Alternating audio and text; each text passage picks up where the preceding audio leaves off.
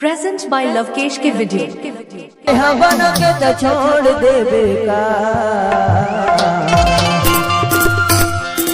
मोला बहा बन के तो छोड़ देवे का मोला पगला बन के तो छोड़ देवे का। डीजे लवकेश खाके बाली मारे तेरी आने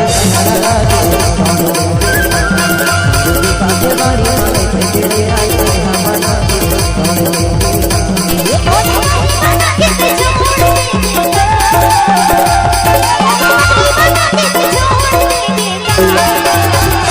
डीजे लवकेश